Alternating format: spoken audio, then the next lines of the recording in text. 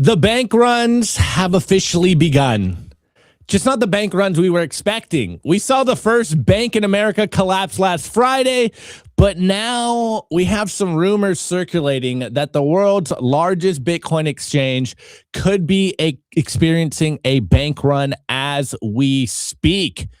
I'm not making this up, guys. I'm going to parse through the signal from the noise. There's a lot of rumors speculating, and it really goes into the point that we've been talking. We've seen this happen in Bitcoin a lot. This is why we always tell you the same thing. Buying Bitcoin is not enough. You have to take the Bitcoin off the exchanges. But what am I talking about? I am, circulating the CZ drama. The CZ saga continues. And of course, I'm not alone. I got Kent, our boy Kent from Saz Mining, CEO and co-founder. He's going to update us on what's going on in the mining space later on in the show. But before we do that, let's get into the CZ saga. So I know a lot of people still say, and actually this is kind of like on paper, the official story is that CZ doesn't actually run Binance. But as I was telling Kent behind the scenes, CZ is the majority owner of Binance, actually like significant majority owner of Binance. He did have to step down as CEO when he went to prison or jail. Actually, it was prison. And then his wife became the new CEO who holds a minority stake in Binance. So technically, he doesn't run Binance, but in reality, he's probably controlling Binance through his wife on the back end. That's just kind of the context to this. Now, yesterday we did do the show about CZ saying super cycles off because the community's being mean. They're flooding Binance. They're flooding CZ. I played you this clip yesterday. I showed you, the troll tweet here that CZ said he's going to buy $1 billion, ends up dumping $1 billion, and then they say they're going to buy 100 million. Now, the reason I'm bringing this up is because there seems to be a lot of distrust in CZ and Binance currently. And so this, I think, is kind of the root of this story and what we're seeing. I think the timeline from what we saw with CZ dumping on retail, saying super cycles off because you're being mean, all this happened, over the weekend and on Monday. And now we have another wrinkle to this saga, which is Binance yesterday posting that they are having issues, technical difficulties on withdrawals. So here's the Binance official post. We are aware of some technical difficulties affecting withdrawals on the platform. Our team is already working on a fix and services will resume as soon as possible. We appreciate your patience and we'll keep you posted. So that's the official, Binance PR view here. Hey, guys, we're just having some issues with withdrawals. We'll get this fixed. We do hear a lot of similar narrative or PR coming out of Coinbase all the time. Whenever the price goes up, somehow magically withdrawals are affected on Binance. The platform goes down. This isn't something that is new. This is almost like a tried and true way to basically try to minimize Bitcoin withdrawals going off the platform, try to, in some ways, manipulate the amount of buying, selling, so that they can essentially catch up to demand. So that's like my initial take. They say officially, oh, hey, we're having some tech issues. We're going to resolve this soon. Usually this probably a lot deeper than this. Now, why do we think that it's potentially a bank run going on Binance? I'm not going to say that Binance is going down today or tomorrow, even this year. Maybe there's a non-zero chance that is going on, but it does stem from the idea that the Binance community or the users of Binance are starting to become distrustful with CZ, with the Binance leadership.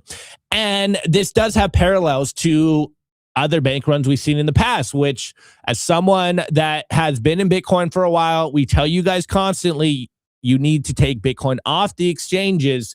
This is the stuff that should be worrying you. Now, again, I don't want to be spreading FUD that Binance is collapsing per se, but it does seem like there is a community bank run going on with Binance right now. Here is, again, I am going to be using some shitcoiner as source material here for tweets, so forgive me, guys. I'll tell you up front.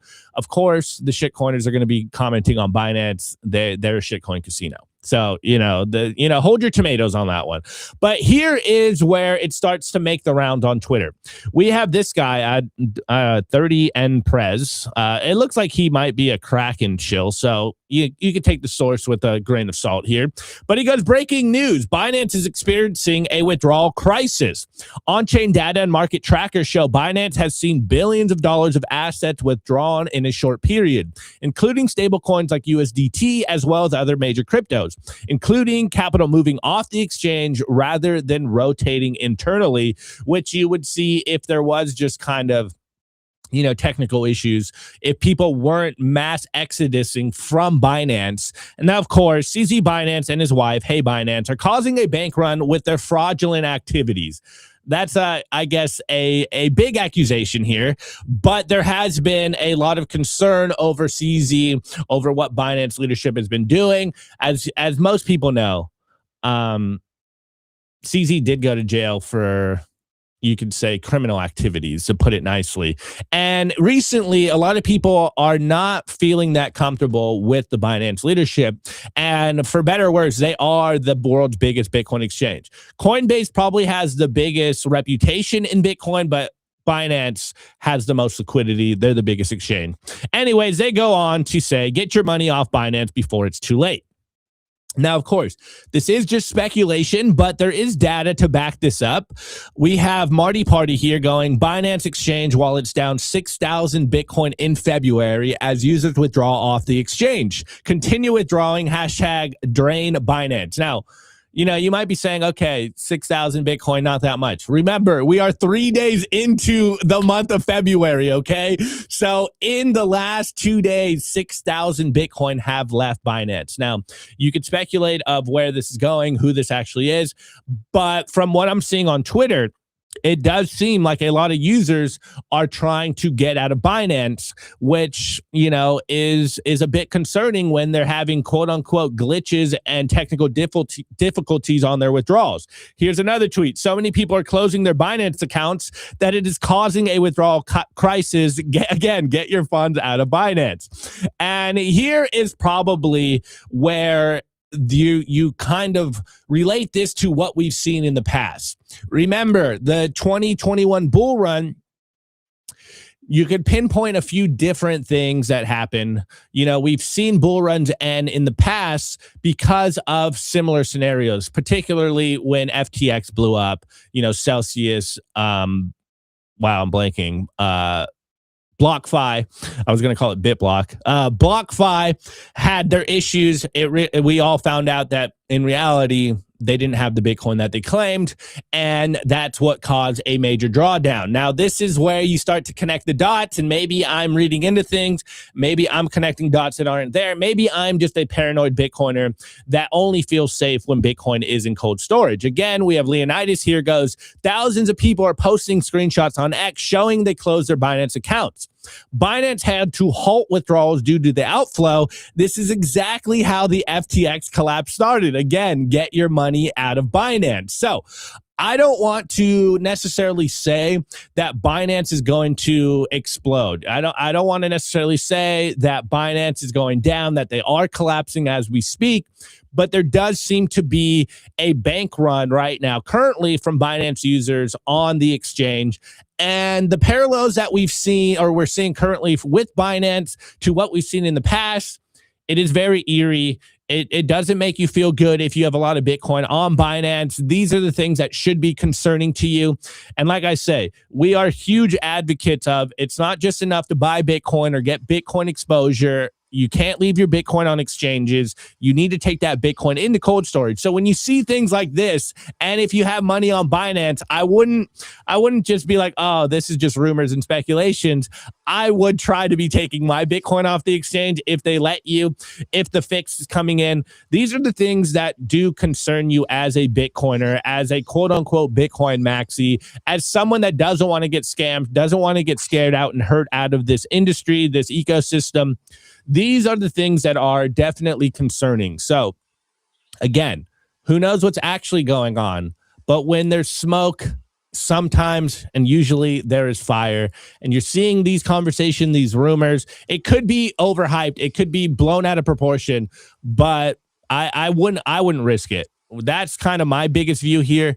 I'm not the biggest fan of Binance. I don't even use Binance. I used Binance in like 2017. I haven't been back in years. But if you are using Binance, if you for whatever reason like Binance, maybe you're shitcoin, gambling a little bit, these are the things that you should be watching and be concerned about, because if Binance goes down, not only are you going to lose Bitcoin, but then we're really going to be in a prolonged bear market. We've seen this play out in the past, whether it's Mt. Gox, whether it's FTX, when the exchanges that are essentially the lead of the liquidity in Bitcoin, when they're the biggest exchanges in the time, in the industry, in the ecosystem, it hurts much more than just the users on these platforms. If Binance did go down right now, I think we would be in a very huge correction. It would be very bad for the industry, and we would be getting Bitcoin on discount for a significant period of time. So that's why I don't want it to go down. I'm just saying we're seeing the signs that there potentially might be some issues.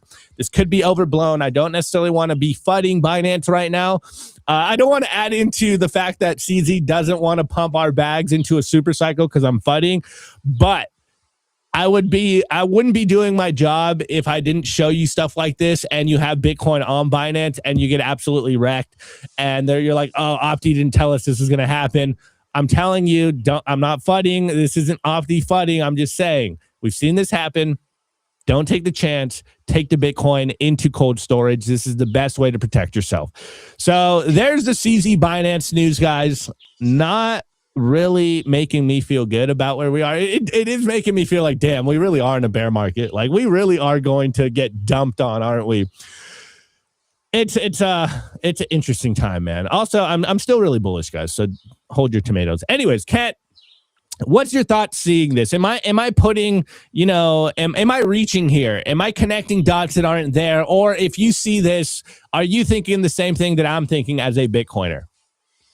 Well, I like to think of myself as a good Boy Scout, and part of that means that in the crypto industry, you want to be the first to panic, not the last. The ones that are last to panic are the ones that wind up holding the bag for everybody.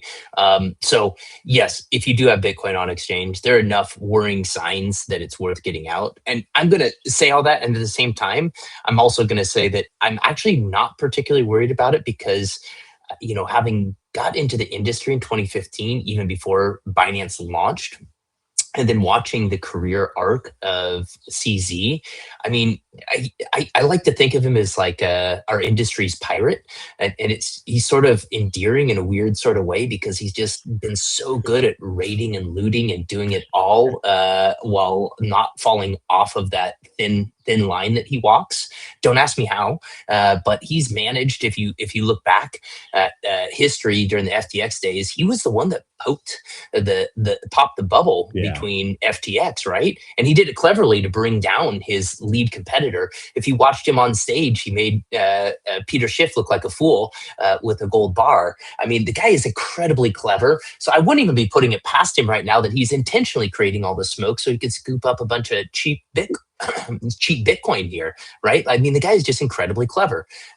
But that said, yes, in this industry, if you see the warning signs that are currently on display, it is wise to remove your Bitcoin, take it to cold storage, and be the first to panic. Do not leave it on exchange. And I agree with you, Opti, here that we don't want to see Binance fall over. Like I said, I would be shocked if it happened just because of the survivor bias that I put towards CZ here, to keep everything, his ship in order, even though technically he's not in charge of the ship, but we all know he is. And, let's see what transpires. But these are the hallmarks of bear market, which saddens me to say, is I think it was back in December that I made the ungainly call that we'd actually found our bottom, been proven horribly wrong. So I apologize. I did caveat that and said better men than me have been wrong. And I fall into that camp once again. So when we look at Bitcoin's price action here, it's not particularly inspiring. And it's right at the point where, if you're going to see a macro bottom to continue any sort of bullishness, we're there. So I'm not surprised that sentiment's horrible, but it kind of at a binary point in time from where I sit on what the market's going to do here. And yeah, so much of it is just so ugly across the board. And you layer that in right now with what's going on macro scale with Epstein files and everything else. And man, it feels like we're in some sort of crazy wormhole experience together. So hang on tight. We know there's truth in Bitcoin. We're going to come out the other side, and this is where the holders are made, is weathering these downturns. So I'm eternally optimistic for Bitcoin in the long run, but here at the particular moment, things are a bit dicey. Yeah, 100%. I've been holding out on being like the last bulltard. But I'd be lying to you guys if I'm not looking at everything and being like, man, this really does feel like a bear market. Now, what does that mean? The bear market's going to go any lower? Is what do I really know? But when you're seeing all the signs, it definitely feels like a bear market. And like you said, there is like a fork in the road currently, where if something like this were to occur, then all hopes of a bounce, from here is completely out the window. We will see the price collapse. So I'm not here cheering on the potential for Binance to go down. It's just, hey, when you see these things and you've been in Bitcoin for a long time, this is what makes you concerned, and you got to take your Bitcoin off the exchanges. I'm not really like the biggest Binance hater at all by any means. I do kind of agree with what Kent was saying. What's the devil versus the devil you don't know? Like, CZ's been in the trenches for so long with us. Maybe he's on the opposite side of the trenches, but he's still in the trenches with us. And he has been a very good advocate in some respects in terms of crypto at large and building something in the crypto industry ecosystem. It's hard to really look at what CZ has done and just like hate on him. It's like, hey, got to give the devil his due, to put it bluntly. But yeah, it's very interesting to see. Obviously, I hope this doesn't happen, but the fact you're seeing so many people talk about it on Twitter and saying that, yeah, hey, we're getting out of Binance right now, I don't know. It doesn't really make me feel good of where we are right now. I'm like, man, we really might be seeing a 80% drawdown if this happens for a prolonged period of time. Even though in my perspective, in my analysis, I'm more on, and I think the macro might be shifting in our favor. But the macro really wouldn't mean a thing if the biggest Bitcoin shitcoin casino exchange blew up on us, guys. So let's hope and pray that CZ has it all under control. Let's hope it really was just a technical glitch or maybe it's really the Binance, the Coinbase scenario where, whenever the price starts going up, the platform goes down magically and you're like, oh, bull run territory. Like, let's go. Okay. We finally are back. So hopefully it is, more of like a managed problem versus like a huge gaping hole in their balance sheet, which really, I think maybe we still have PTSD because of what happened with FTX. And we realized like literally FTX had no Bitcoin on their platform. They were just trading, paper IOUs on top of Bitcoin, and they had absolutely nothing in it. So as I've been saying for a while, we haven't as an industry, as an ecosystem, really put Sam Bankman-Fried behind us in the past, or the FTX story in the past. That still looms big on everyone in Bitcoin and crypto right now. And if this were to happen again, guys, We're never going to live that down. That's going to be another, 2, 3, 4 years of us having to be like, no, but like, there's still some good people in the space. We're not all criminals here. It's just, it wouldn't be good PR. It would be absolutely horrible for everyone here. So I'm not really cheering this on. I'm just saying we're hearing rumors and speculations. Should probably get your Bitcoin off all exchanges at this point, which is what we constantly tell you guys.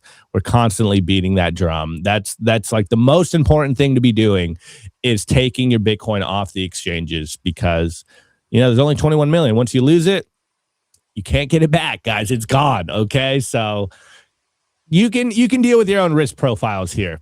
If you feel comfortable with your Bitcoin on Binance or any other exchange, then by all means. But we don't take that risk here, and we don't advocate for that on Simply Bitcoin. So that's the first part. I do, for the rest of the show, I got a good Caitlin Long clip about how Wall Street and paper Bitcoin is created. She was just on What Bitcoin Did. Really good clip. We've been talking about that theme here on the show as well. And then we got an update, guys. We got an update from the U.S. Marshals on that stolen $40 million Bitcoin. And then Trump did a clip yesterday that we'll talk about a little bit. And then to end the show, like I said, Kent's going to give us an update on the Bitcoin mining ecosystem. There's some interesting stuff happening in Bitcoin mining currently. It could potentially be an opportunity for you guys out there if you are on the fence of Bitcoin mining. If you are currently Bitcoin mining, it might be a good time for you guys to double down on your Bitcoin mining journey right now. So that's the layout for today's show. Quick commercial break, and we will be right back. Today's episode is brought to you by Bitcoin Well Infinite. If you're a serious Bitcoin buyer, you've probably hit the same wall. Most platforms make you give up custody just to play by the rules. Bitcoin Well Infinite fixes that. They're North America's only publicly traded, non-custodial OTC desk listed on the TSX Venture Exchange, which means transparent operations and zero counterparty risk. You buy Bitcoin, you take immediate control, period. For trades over $50,000, you get a dedicated executive Bitcoin advisor, competitive spread starting at 1%, and immediate delivery straight to your own wallet. No custody risk, no withdrawal fees, just institutional grade execution with full asset control. If you want to buy Bitcoin the right way, book a free consultation at bitcoinwell.com/OTC or email infinite@bitcoinwell.com. I want to give a shout out to our partner, StampSeed. Is your Bitcoin in cold storage really secure? Are your seed phrases really secure? StampSeed's do-it-yourself kit has everything you'll need for you to hammer your seed words into commercial-grade titanium plates instead of just writing them down on paper. Paper is fragile. Titanium plates are strong. Your words are actually stamped into the titanium plate with this hammer and these letter stamping tools. Once the words are in, they aren't going anywhere. No risk of the plate breaking apart and pieces falling everywhere. Titanium stamp seeds will survive nearly triple the heat produced by a house fire. They're also crush-proof, waterproof, non-corrosive, and time-proof. And now you can customize your titanium seed plates. You can upload your design or logo, and they will laser engrave it on the back of your seed plate, the opposite side of where the words are. Stamp your seed on StampSeed and use promo code SIMPLY to get 15% off anything on the stampseed.com store. Chat saying they lost me to the Bears. Guys, I'm still bullish. I'm just saying it's not looking pretty right now, okay? Like, I'm human too. I got eyes. They're not just rose-colored tinted glasses all day, every day. Sometimes, reality, you got to be pragmatic about reality. And look, I still think 2026 is going to be a bullish year. I'm just saying, man, the short term, it's not looking good. Can we acknowledge that? Enough. Okay, I'm going to crash out on the chat. Anyways, the current Bitcoin price is $75,060, which is a 40.5% discount from all time. Guys, just look at that. We're down 40% now. Hey, I've been bullish all the way down. Now I'm like, man, maybe we are at the bottom of the bear market. That's what makes me even more bullish. I'm seeing everyone be bearish, and I'm like, I gotta white knuckle through the bull tardedness. Okay, guys. Anyways, the market cap currently at 1.5 trillion flat, and the block height. The only time that matters on planet Earth is the block height. It's currently at 934,860.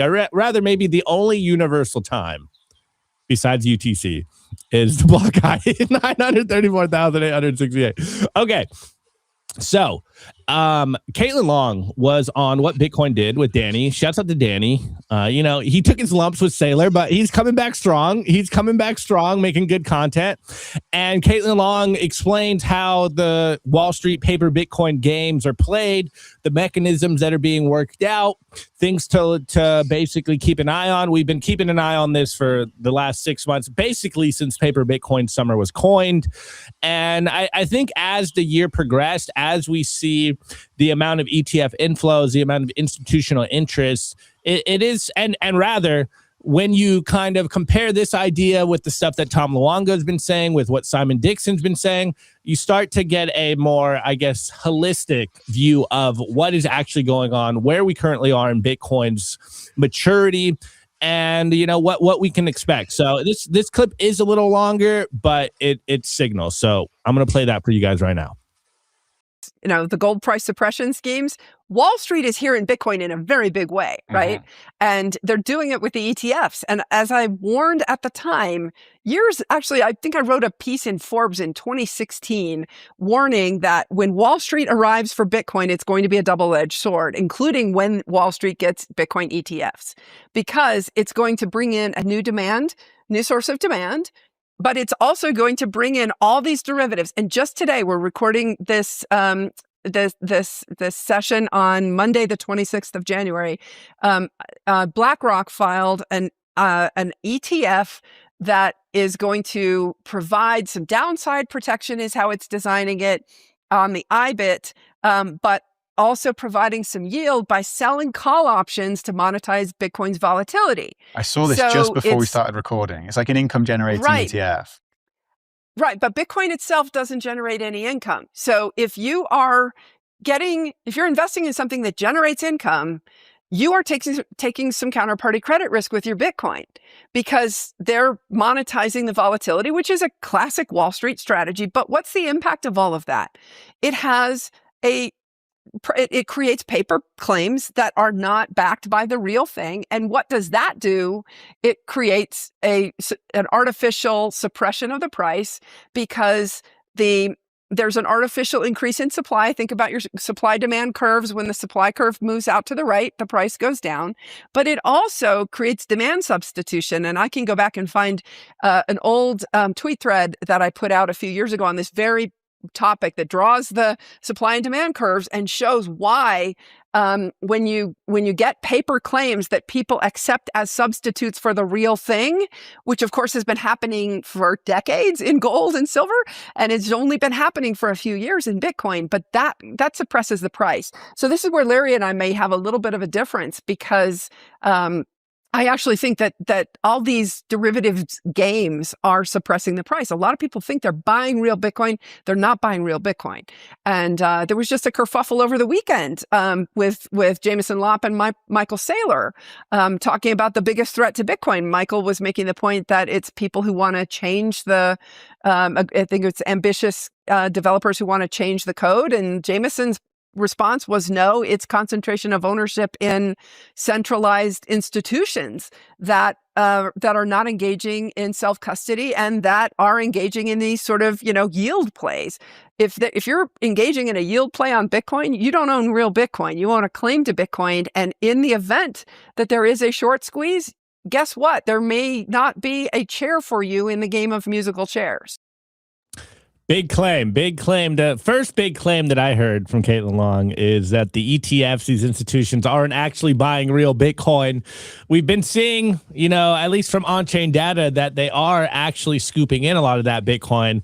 So That's an interesting claim to start off. And then the second claim that I fully agree. I'm actually on the Jameson Lopp side of this. I think the biggest attack on Bitcoin currently is the Wall Street attack on Bitcoin. Like Jameson Lopp was saying, or rather Caitlin Long was saying, Jameson Lopp was saying that the centralization of Bitcoin into these Wall Street products is the biggest concern going on. It is a way for Wall Street to try to co-opt Bitcoin. If they can own a whole bunch of it, and then they hold it, they don't plan on ever selling it, and then they sell you a paper claim to that Bitcoin, it's almost like we're recreating the system that Bitcoin was designed to, to fight.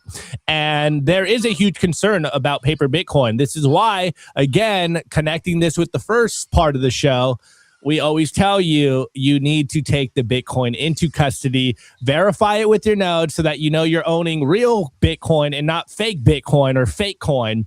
This is all this stuff plays in concert with each other. This is why we constantly say the same thing.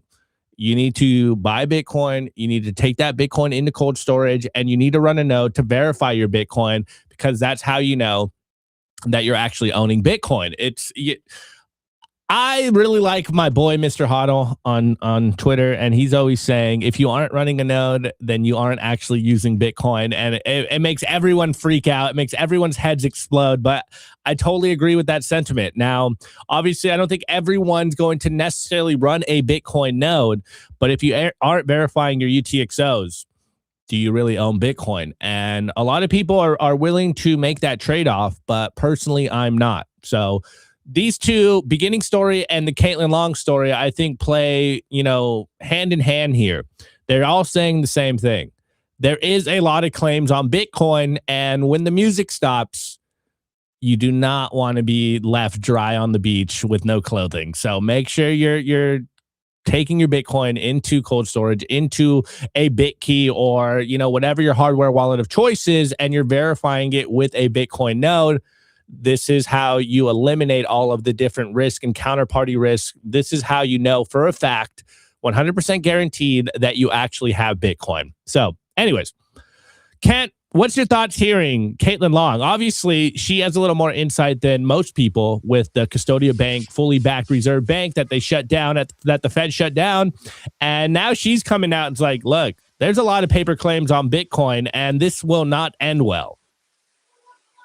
Well, I mean, simple fact of the matter is everybody wants the Bitcoin, right? So everybody's going to be attacking everybody as much as they possibly can. And so the only wise move in that game is to do self-custody, right? And to be anonymous with that self-custody as much as you possibly can, or at least diversify it so it's spread out in like a multi-sig or some other sort of arrangement, so that you can't be just by yourself, with the $5 wrench attack and let loose of it. So if you look at it, only paranoid survive here, and I think that both are valid attack vectors, and both are happening right now. Both the core side of things, with the way things are going developmentally, regardless of where you stand on the core knots debate, like there's definitely tons of smoke there, and there's an attack going on.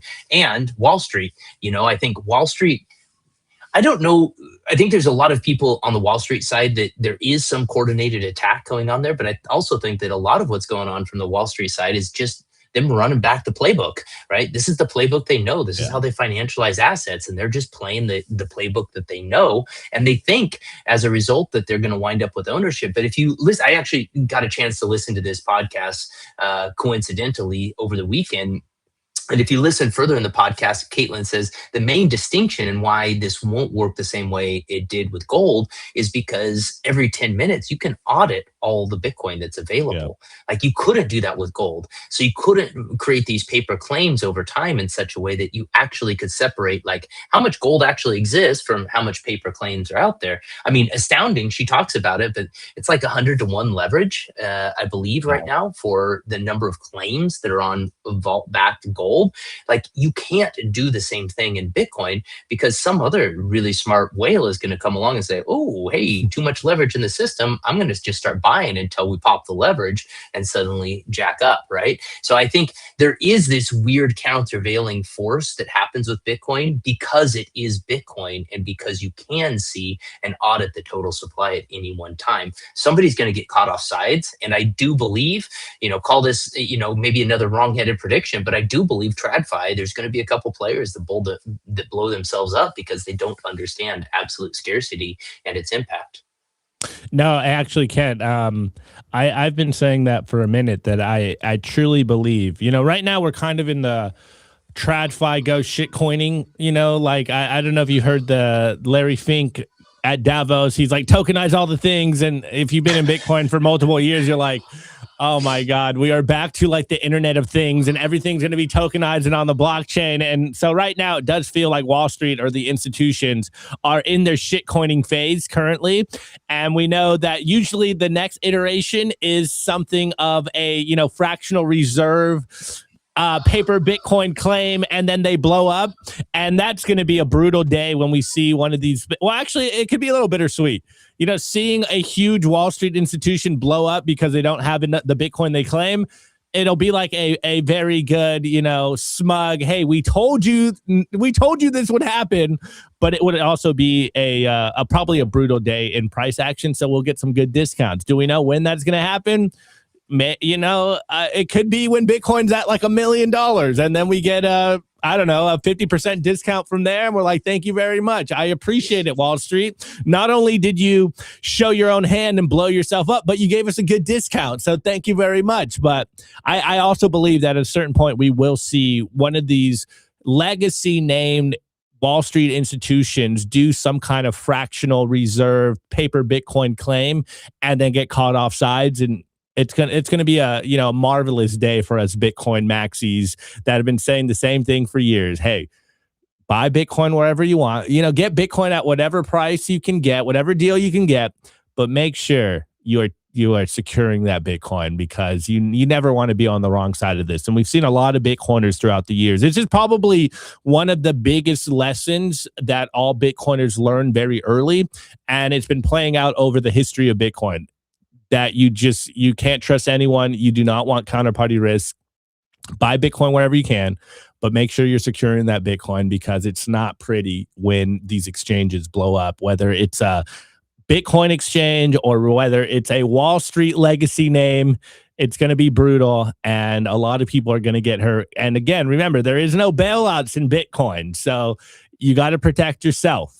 That's what we always say here. There is no safety net in Bitcoin. It's a blessing and a curse, but you just got to know what you're getting yourself into. So I couldn't agree more with you, Cam. I 100% think that at a certain point, Wall Street will blow up because of not having the Bitcoin they claim to do. I think it's almost I don't want to say a 100% guarantee, but it's a very high, very high likely that it's going to happen at some point. And we'll be here. We'll be here to cover that news for you guys. Anyways, let's keep it moving, because we do have some interesting updates coming out of the Federal Reserve level in regards to Bitcoin.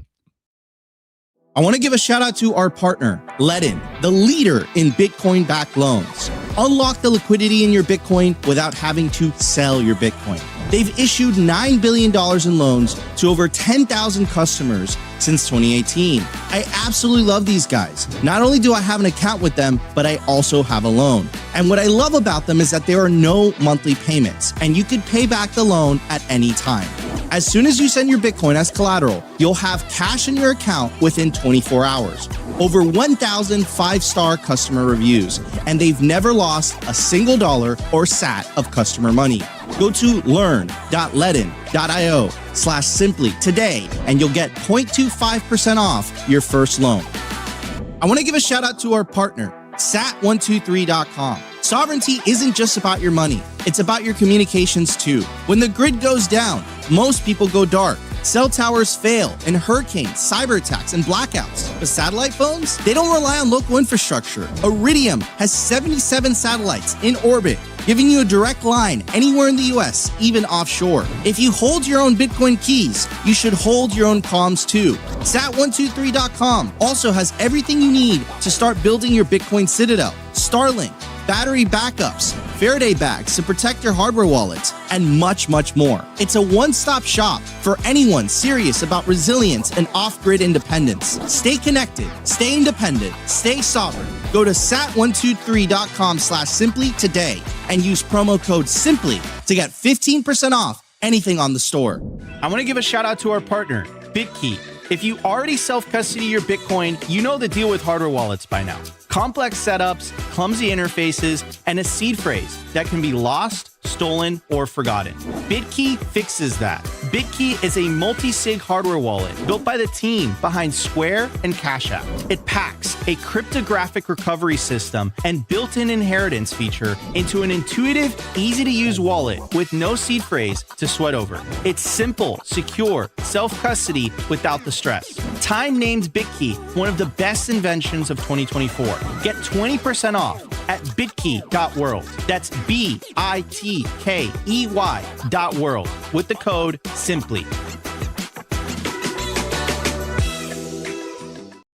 Hey guys, I do have to update you guys once again. For a limited time, use the promo code SIMPLY99 to get a BitKey for $99. So that's a better promo code than the one in the ad. It's not just 20% off, it's about $50 off on a BitKey. And also, we are doing a BitKey giveaway. So again, go to our Twitter, find the tweet, and one of you guys will win a free BitKey this week. We're actually going to do multiple giveaways this month, and this Simply 99 promo code is for a limited time. I think it might just be for the month of February. So anyways, if you need a hardware wallet, if all of this, get your Bitcoin off exchange isn't scaring you enough, then I'll have to come back and get you guys a little more concerned so that you take your Bitcoin into cold storage.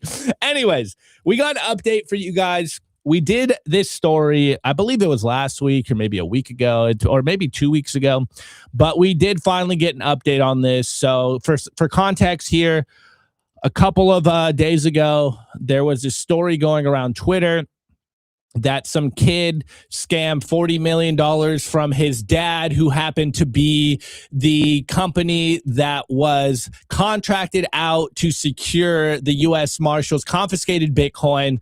We did the whole on-chain tracking. We brought this onto the show, but we finally got an update here. We got a confirmation here, guys, that the U.S. Marshals has in fact confirmed to CoinDesk that it is investigating claims that more than $40 million in confiscated digital assets were siphoned from government leaked wallets, which, man, I know we used to say this a lot, but really, the thing that hurts us the most is just government incompetence. A lot of people are afraid of the state. What's the saying? It's not red versus blue. It's the state, and it hates you. Well, really, the state's just seemingly incompetent at almost everything they do. But here's Pierre Rochard tweeting. He goes, "Who hired this no-name contractor to implement the U.S. Strategic Bitcoin Reserve? There needs to be accountability. The government should have at least used reputable custodians or sovereign-grade multi-sig with DOJ, DHS, and Treasury. We can't tolerate incompetence anymore." So the U.S. Marshals finally confirmed that, yes, in fact, $40 million of crypto was stolen from the seized assets. It was exposed on Twitter by Zach XBT. Now we have heard from the U.S. Marshals, and they have also confirmed that they are investigating this. So who knows how much Bitcoin the U.S. Strategic Bitcoin Reserve actually holds at this point. It has been a just trust us, bro moment. They've been saying they own over 300,000 coins. Now we really have no clue. We know some of it's been lost, some of it's been stolen. We're still up in kind of uncertainty of whether the Biden administration sold Bitcoin before they left. It's a lot of confusion on how much Bitcoin the U.S. actually holds, and this confirmation just doesn't make it look any better. So before we move on to the next story, Kent, what's your thoughts on this? Did you hear the initial story break? And okay. So I guess, hey, we got confirmation. It wasn't just Bitcoin, Twitter, speculation, engagement farming. It's in fact 40 million has been stolen from the U.S. State Marshals. Incredible. Yeah, I mean, I love that one of our own called it out, though. At least it seems like a crypto Twitter guy that discovered it. I don't know him specifically, don't follow him. So, but I like that, some investigative journalism within our community discovered this. And I'm not surprised. I mean, I've heard crazy numbers ever since Elon was in there with Doge, trying to gut all the waste and fraud. That upwards of 50% of the federal budget is just that, waste and fraud. Who knows? But we've got this culture that I don't know if anybody's tracking the idea of the U.S. being a late stage empire, but boy, if it doesn't resonate here, if I think about like the Roman Empire and, moving from a republic to like the Senate and the oligarchs kind of overseeing things and then just sucking too much out of the system and then people going crazy and, at the same time, the denarii being inflated or debased. So the money's going bad. It resonates too much with historically how these sorts of things play out. So I'm not surprised to see the fraud or the corruption, the theft. Is anybody totally? And I do hope, like the silver lining here is that I just put some egg on the face of the administration and they get their ducks in a row and actually figure out how to custody Bitcoin and get the strategic Bitcoin reserve set up in an appropriate way. Trump, I think, just recently came out continuing to advocate for Bitcoin here, and holy cow, like the guy hasn't even got the strategic Bitcoin reserve set up in a way that, like, I think they said within 60 days, all the Bitcoin that's available needs to be like reallocated to this reserve. I don't think that that's even happened. So yeah, I just hope this sort of thing just is a bit embarrassing for the government and causes them to actually get things sorted out. But I'll also be shocked if they actually do. Yeah, no, 100%. And Chef Tommy, who doesn't think about the Roman Empire daily? The parallels to the crumbling. Yeah, we're just dudes thinking about the Roman Empire constantly. I honestly do probably think about the Roman Empire like every day. I'm not even LARPing or making that up. I really do. I'm like, man, it really does seem like we are at the end of an empire. And like you said, one of the things that you did see is one, of course, the destruction of the purchasing power of their money. And then two, the politicians or, the leaders of the Roman Empire essentially just robbing the coffers and just scrambling to try to take as much as possible while the empire crumbled. And man, the parallels are absolutely insane. You just need a little bit of history to realize where we are. But Kent, you did bring up Trump, and I do want to play his recent comments. He made some comments last night. I'm going to play that for you guys here, and then we'll kind of continue this conversation. So here's the comments we heard from Trump last night. Crypto is a big thing, and they like it. A lot of people like it. The people behind me like it. My sons are handling that. My family is handling it. And I guess they get investments from different people, but I'm not. I have all I can handle right now with Iran and with Russia and Ukraine and with all the things we're doing. So I don't know exactly, other than, I'm a big crypto person. I'm the one that probably helped crypto more than anybody because I believe in it. And the reason I believe in it is because if we don't do it, Scott, I think we can say then China's going to do it. Right? Yes, sir. If we don't do crypto, then China's going to do it. And it's just like AI. We're leading AI by a lot. And if we weren't leading, China would have led. They're very capable. They're very good. What do you have to say about that? You've made America the digital asset capital of the world. We did the Genius Act for stable coins. Many of the people standing up here are working on the Clarity Bill to I hope that gets done. Market structure. Yeah. And we're bringing U.S. best practices to an exciting new industry, digital assets, innovation, and it spreads everywhere. Well, first of all, Trump's hilarious. What the comment is like, I like crypto. I love crypto. I'm really big into crypto. You guys could probably, attribute its success to me. Man, you got to love it. It's hilarious. I know, and they'll be like, Bitcoin doesn't need Trump. Trump needs Bitcoin. Yeah, I totally agree. But man, his hubris sometimes is just hilarious. Now, if you weren't familiar with the beginning portion, so the reason they were kind of bringing it up, the reporters asked him a question about this Wall Street Journal article. I don't know if you guys saw this, but this hit the headlines over the weekend. Basically, the title from the Wall Street Journal was "Spy Sheik Bought Secret Stake in Trump Company. $500 million investment for 49% of world liberty came months before UAE won access to tightly guarded American AI chips." So there is some, I guess some, I don't know if I want to call it FUD per se, but there is some exposés happening in the corporate press. Essentially, they're saying like, hey, There might be some concerns of conflicts of interest. The UAE is investing in World Liberty Finance, which has the Trump name. Trump's like, my kids are getting, my kids handle that. I guess they got some money from some way, very nonchalant about it. But the secondary or the third point here is probably what Trump said about the Clarity Act. Yes, there's been a lot of conversation about whether the Clarity Act will pass, whether the banks are fighting it, what is actually going on. We did see part of it pass the Senate Business Council, I believe it was. Last week, it kind of stumbled in the agricultural area of the Clarity Act, where they both have to come, pass something in the markup bill, and then they combine it, and then it goes to Trump. But it sounds like Trump is very willing to pass that. So if we can get past the initial hurdles and it finally gets to Trump's desk, then maybe we might be seeing the Clarity Act. Now, again, I am holding my breath on it. I'm fearful that it's going to be an even bigger monstrosity than what we currently have.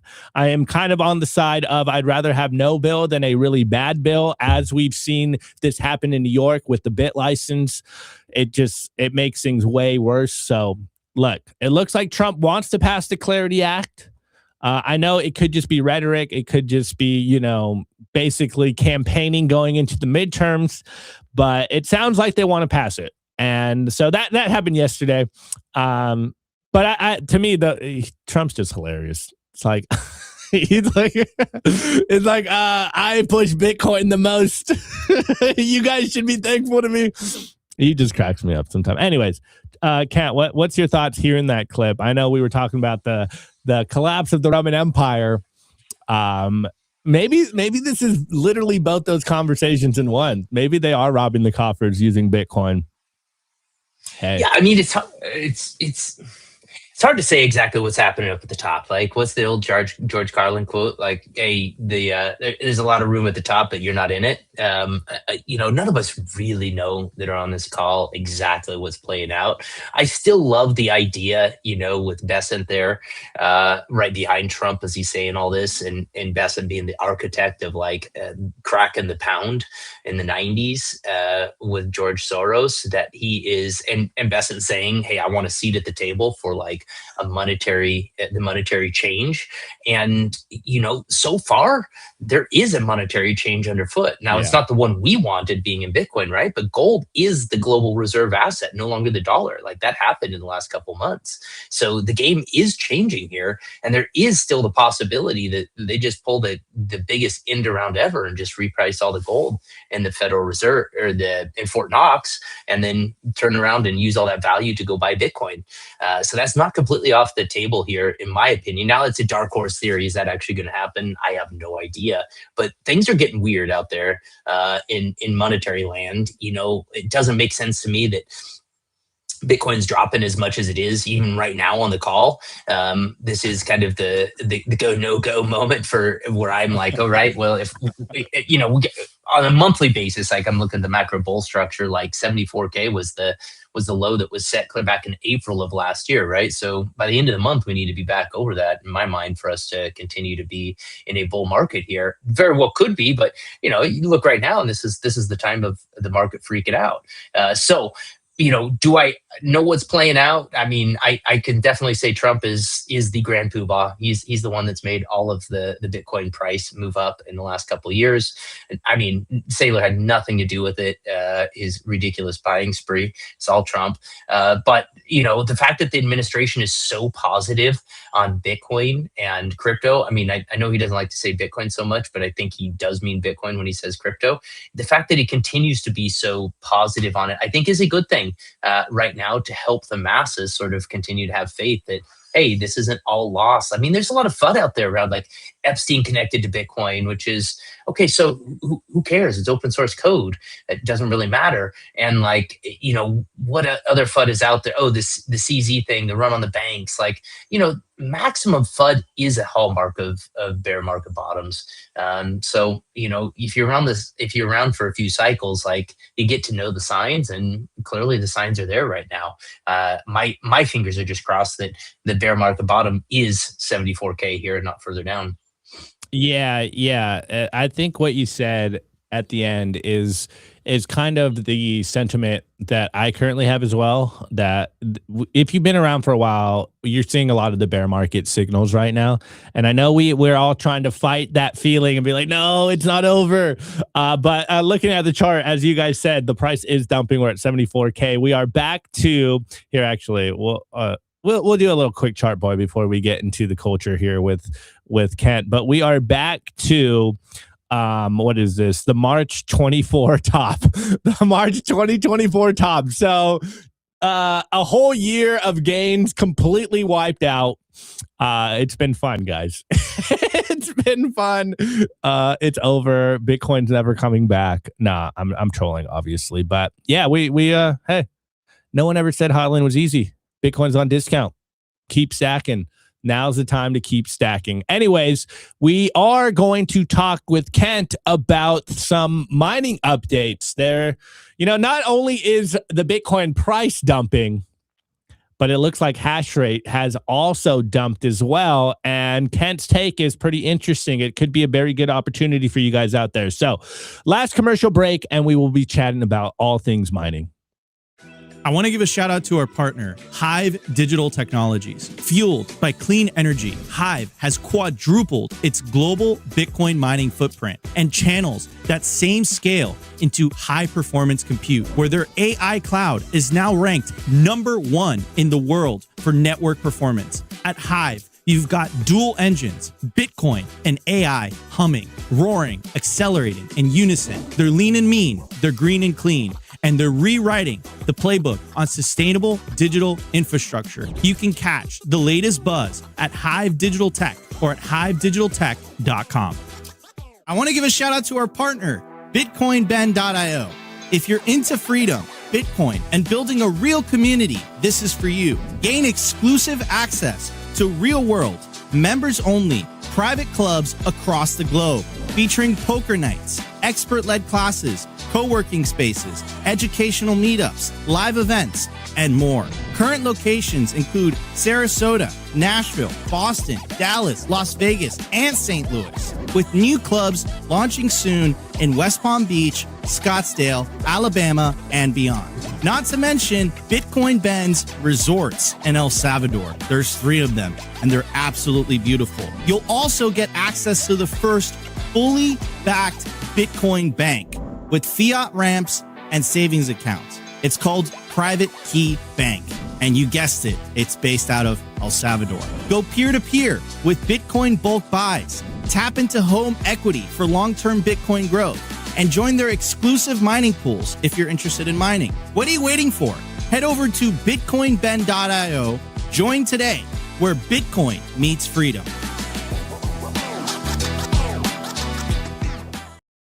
Kent, before we move on, I like this comment right here. No more winning, please, Mr. President. Please. I've had enough of winning. Okay, I've had enough of winning. Anyways, Kent, thanks for being on today. Let me pull up the Bitcoin hash rate so people can look at it, and then let people know what you're seeing here. Of course, if you guys aren't familiar with Kent, we like to call Kent our Bitcoin mining expert here. Comes on monthly, kind of gives us an update of what he's seeing on the Bitcoin mining side. So first of all, I'm here on bitinfocharts.com, and this is the Bitcoin hash rate for the last 3 years. So Kent, looking at this, what is going on here? What should the people know about this? The hash rate, as you can see, has gone down. It did have a huge correction. What was this day? The 25th of January. It seems to rebound a little bit, but yeah, the hash rate seems to go down. And actually, also, while you go, I do like Ron P's comment here, and I'd like to see what your thoughts on this. He goes, price follows hash rate, and the hash rate has plummeted. So before we do all that, let's just give people, when you're looking at the hash rate currently as a Bitcoin miner, what is your thought process? What are you seeing, and what are you thinking? Well, yeah, change that down to just 1 year so we can just look at the last year Okay, here a little here bit you more go. closely. But if you look at it, yeah, I wanted to sort of highlight that big digger you see there on the right. So that big digger was like Jan 25. So that was the big Arctic storm that came into the US. Now, when I saw that happen, I thought, great. This proves the use case. Texas needs power to the grid, miners shutting off. Like, this is a great use case for mining. Now, what's happened since then is the surprising part, right? So that was like a 20% pullback. So if you can see from clear back in October, we've basically been starting to trend down in the hash rate, which is a welcome thing for all of us to start to see that, you know, the hash rates, all of us that are mining, right? Because as hash rate goes down, the difficulty drops. That means everybody that's mining gets to pick up more sats per Bitcoin. And we've seen the last like 5 difficulty adjustments, which happen roughly every 2 weeks, right? Have all been down. Now, you'll have to excuse me if you hear the chickens in the background or the roosters crowing. We've got a power outage, so I'm running off battery backup at the moment. The joy of living in Amazon, which means my windows are open. But the flip, what's going on there is you're not seeing miners plug back in. And so the next difficulty adjustment, which would be, I believe, the 5th in a row, is estimated to be nearly 15%. That's the biggest difficulty adjustment down since the mining ban happened clear back in 2021 in China. So this is a massive opportunity for everybody that continues to be plugged in to suddenly get 15% more sats for the same hash rate that they're delivering to secure the network, right? So that's a huge opportunity. And it's odd how macro bottoms so often coincide with sort of minor capitulation events, which is what it looks like we're going through. You know, I've talked to an advisor, somebody deep in mining, and having the same thought here is that this is a good thing overall. Nature is healing. The hash rate was too overheated, and as miners unplug and capitulate, leaves more for the rest of us. So I think it's a perfect time actually to deploy, and we are seeing that actually. If you look the last year or the last month of our sales, even as a business, we had our best month of any month, and it's because the smartest miners in the space wind up deploying capital at the absolute worst time. Well, it appears in the moment that it's the worst time to deploy it. It's because they know that getting plugged in while hash rate is coming down means that they're going to get as much Bitcoin as they possibly can, and stacking those sats is the name of winning the game here. Yeah. So Kent, what is the macro Bitcoin view for you? Because I mean, obviously the price is crashing right now. We are seeing, as you mentioned constantly when you come on the show, a lot of Bitcoin miners pivot to AI. Obviously, as the price goes down, it does get closer to the cost of production to actually mine a Bitcoin.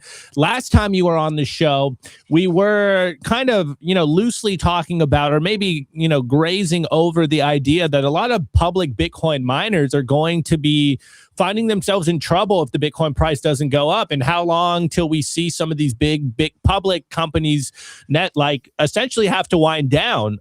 So, we're seeing a huge difficulty adjustment. As you said, seems like a lot of people aren't plugging back in the network. It could be an opportunity for home miners, but what is the big picture view here? You probably have closer or more conversations than I do with public Bitcoin miners, or at least with the mining industry. So what is the vibe from the mining industry at large? Is there a concern? Are they like, man, we need the price to start pumping? What is the thought process going on behind the scenes?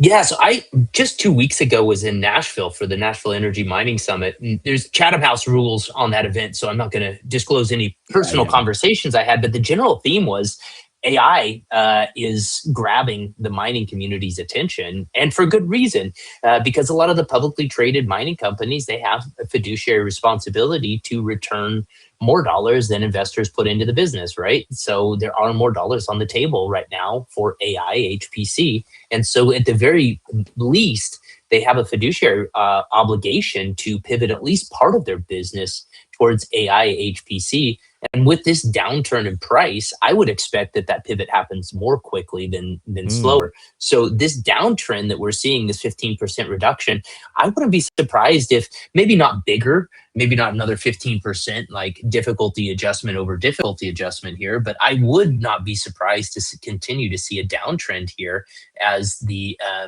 mining, the publicly traded mining community shifts more of their revenue stream from Bitcoin to AI HPC. So you're right. I mean, fundamentally, that leaves more opportunity for the little guy out there and for the Bitcoin community basically take back over the Bitcoin network. Because right now, the majority of the hash rate is being secured by folks that are looking to get more dollars, not more Bitcoin. They see dollars as their money, not Bitcoin. And they have a fiduciary responsibility for that. So, great opportunity for all of us. Again, nature is healing. I think this is one of those moments, though, where people are going to look back and say, that was a historic time in the mining community, this AI HPC compute shift, along with like the resurgence of the Bitcoin community coming into mining because it becomes economically more valuable. People have a desire for wild sats instead of procuring them through the bank surveillance state. People can see that there's easier solutions to acquire sats through mining, like SAS mining. There's hash rate heating that's going on out there. So if you're heating with electricity anyway, why not get some Bitcoin? So what I'm seeing here is just quite simply a revival of the Bitcoin community coming back into mining. Because if you look at the history of Bitcoin mining, everybody that was running Bitcoin software was running a node from 2010 to 2013. If you were running that node software, you just clicked a little toggle and you were mining. So most people in that era, they acquired their Bitcoin by mining. And then the timeline split when ASICs came out, made it more difficult, and Coinbase made it more easy because they opened their doors around that same time. So people started to just naturally buy rather than mine. And that's led to kind of a bifurcation in the industry. But now as the price of Bitcoin's going up and people are trying to get as many sats for their dollars they possibly can, and there's easier solutions like SAS mining for people to do just that, I think we're going to see those timelines collapse into one another again, and the Bitcoin community come back to mining is the best way to acquire their sats. Got it. Okay, awesome. I don't necessarily want to pivot the conversation, but it is a good additive to this conversation. There's been a lot of talk in the last year or so as the hash rate continued to go exponential of just how secure Bitcoin, the blockchain is because of the miners. Now that we are seeing the hash power kind of go off the network, it could be just because of the storm and they have it plugged back in. That's definitely a variable here. But what would you say? And I think we've actually had this conversation in the past before on the idea of, is the amount of hash rate we're seeing right now, is Bitcoin oversecured? Is this a concern that, now hash rate's going off the network? Does that mean that Bitcoin, the network, is losing security here? Like, what is your thinking on this? Obviously, it is a like an organic balancing system that if Bitcoin hash rate's going off the network, then maybe there was way too much hash rate on the network. And this is just, the natural course of things. And as you said, man, wow, I'm blanking on what the saying is. Nature healing itself. This is just nature healing itself, and Bitcoin was oversecured. But is there a concern at I don't know what the level would be. Obviously, I'm not the Bitcoin miner here, but is there a concern at a certain level for Bitcoin not being secure enough if enough hash rate leaves the network and never returns? So there is at the end, and my audio is so good. You still hear me? Yeah, I got you. Okay. There is still plenty of security on the network, so I'm not overly worried about it from a security standpoint. I think, there was a comment that you made and asked me to address on like, hey, does price follow hash rate or does hash rate follow price? And in my mind, the price follows the hash rate here. And because we didn't see the price really take off, I think that seeing it roll over, I think now we're starting to see the opposite, where hash rate is following price to a lesser degree. And that would just say that we're oversecured for the current price of Bitcoin. Now, I think what is the level, your question sort of implies, like, what is the level at which like the security of the Bitcoin network comes into question from like a nation state attack? I don't have that answer off the top of my head, but I am not losing sleep over a 15% reduction. I mean, if you look at it in general, the increase in hash rate has been about 3.5% per month since like 2020. I mean, it's unbelievable. And it's still worked to be a miner because the price has gone faster up. The compound annual growth rate of Bitcoin itself has been faster than the hash rate growing. But having some relief here for the mining community is very welcome. This keeps people in it, keeps the people that are really in it for Bitcoin in it, and lets the folks that are in it for fiat kind of like, okay, go deal with AI.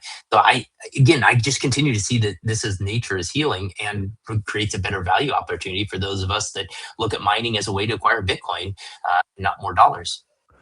Got it. Okay. On that note, obviously the chat's freaking out right now about the price dropping, but I did notice on the site, today, obviously this is to some extent a generalization. If your electricity costs are higher or lower, then this price isn't set in stone here.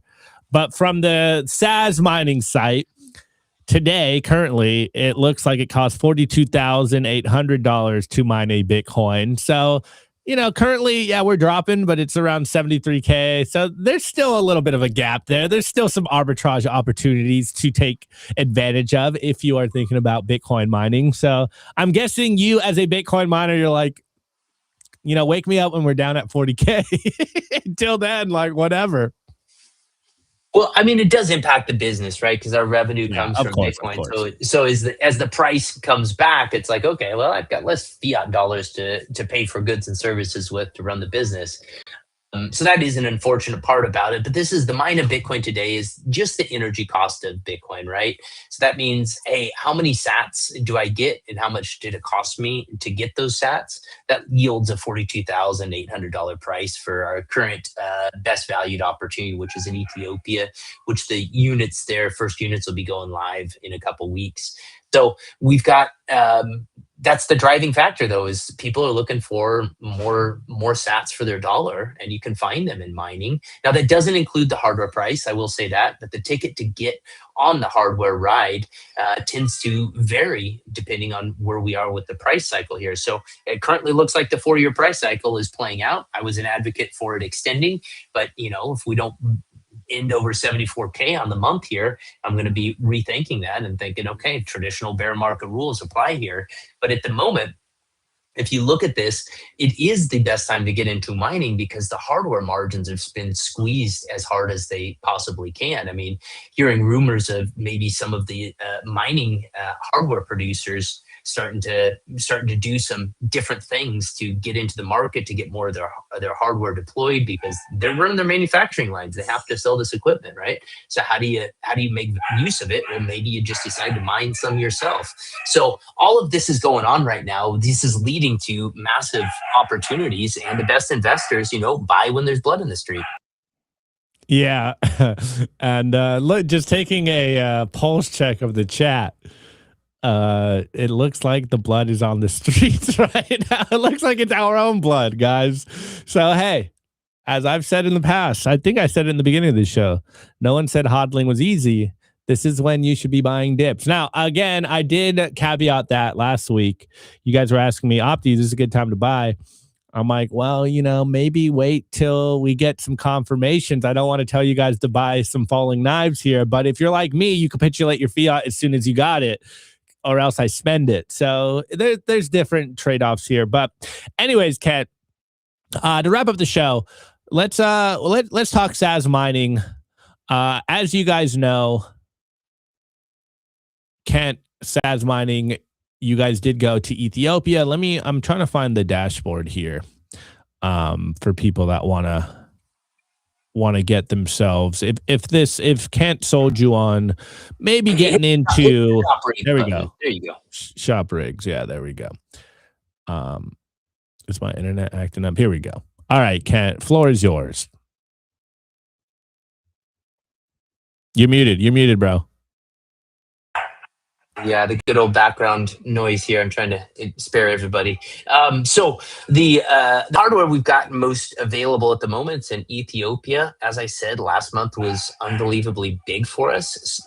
I was somewhat surprised myself, but just seems to be that the thesis of wise miners deploying capital in bear market conditions is playing out here. But you're able to get deployed in Ethiopia in a few weeks here. And that has very low cost power. It's a very stable environment actually to mine in. And you're able to get, I think if we're going up 15% on the next decline here, you're able to get over 300,000 sats for our highest efficiency mining rig each month. So 350, I think, could be close to what the next difficulty adjustment is. So it's a great way to stack sats and do it outside the system, secure the network, so you're a bit more sovereign and participate in that security, as well as acquire sats that are outside the banking system. So more bang for your buck is kind of how I think about it. Yeah, catch some wild sats, as Kent loves to say all the time. All right, Kent. Well, actually, before we go, is you want to maybe give the people one last word of wisdom? Chat's freaking out right now. As someone that's been in Bitcoin for a while, what would you tell people right now? Your 2-minute elevator pitch. If someone came up to you like, man, Bitcoin price is dumping, what's the advice you got for them? Oh man, embrace the suck. It gets easier, but it never gets easy.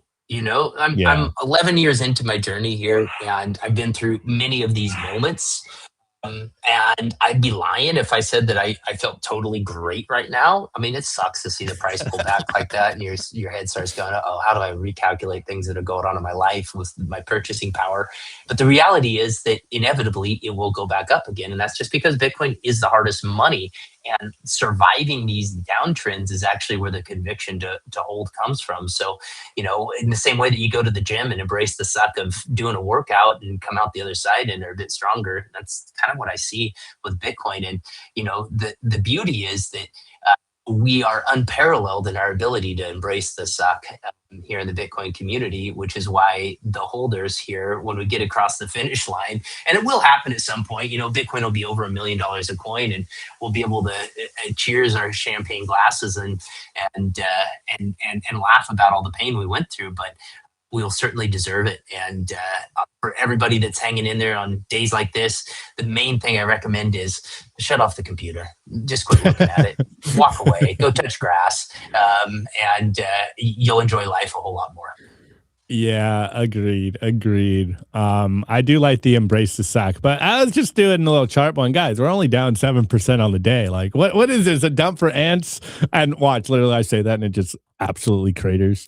But yeah, no, I mean, as you said, I was totally born in the 2018 Bitcoin bear market. And even though bear markets suck in terms of price, they're usually the funnest in terms of sentiment. Everyone goes away. That's when you really have the most fun. As I was saying yesterday, it does feel like it's a bear market. We're getting all these crazy news. It's like, man, you're seeing all the bear market signals. And right now it's like, hey, look, this shouldn't be like, I know, and not to counter your take here, Kent, but this shouldn't be pushing you away from Bitcoin. Yes, you don't have to be on Bitcoin Twitter every day monitoring the price, but you definitely have to continue to stack Bitcoin. When you in bear markets, if we have officially entered the bear market, this is when you can build a really good position. So make sure you don't take your foot off the gas. Continue to acquire sats, whether it's wild sats with SAS or, just smash buying, DCAing, whatever works for you. Just make sure you continue to accumulate Bitcoin in a few short years, or maybe at this point for me, in a few long years, because I got to show up every day with you guys. We'll all be looking back at this time and being like, man, that was the best time to be buying Bitcoin. So it is a buying opportunity. Anyways, Kent, I don't know if you see the chat. Kent's dog is pissed about the price too. So, well, as soon as I'm out of here, I'm going to go play with. We just got a German Shepherd puppy, guys, and it likes to act up a bit. So hard to keep it totally muted, but we'll do my best. And that's actually what I'm going to go do is go hang out with the family. I've got my purchasing in for the day. Let's go. Yeah. So Kent's iteration on go touch grass is go touch puppies. I guess that's actual therapy out there. I think we all need to go do that. Like you go and get swarmed by puppies so your dopamine receptors reset. Anyways, Kent, really appreciate you coming on. I love when you come on, especially as our Bitcoin mining expert. All right, guys, on that note, we will be back tomorrow. I believe Nico should be back tomorrow. And look, we'll see what happens today. We'll see how low we go. Dude, we're playing limbo right now. How low can we go? All right, guys, I'll see you tomorrow. Have a good rest of your day.